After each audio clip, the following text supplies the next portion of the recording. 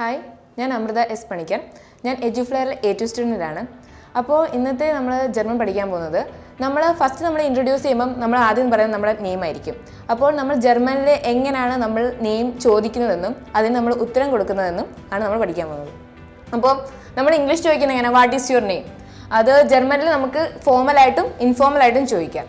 ഫോമലായിട്ട് നമ്മൾ ചോദിക്കുന്നത് V ഹൈസൻ C, നമ്മൾ ഇൻഫോമലായിട്ട് ചോദിക്കുന്നത് വി ഹൈസ് ദു. അപ്പോൾ നമ്മൾ ആൻസർ പറയുന്നത് my name is Amritha S Panicker. അപ്പോൾ നമ്മൾ ആൻസർ പറയുന്നത് മൈ നാം ഈസ് അമൃത എസ് പണിക്കർ. അതിൻ്റെ വേറൊരു മെത്തേഡാണ് ഇഷ് ഹൈസെ അമൃത എസ് പണിക്കർ. നമ്മൾ ഒരാൾ എവിടുന്നാണ് വരുന്നതെന്നാണ് ചോദിക്കുന്നത്. അപ്പോൾ നമ്മൾ ഇംഗ്ലീഷിൽ ചോദിക്കുന്നത് വേർ ആർ യു ഫ്രം.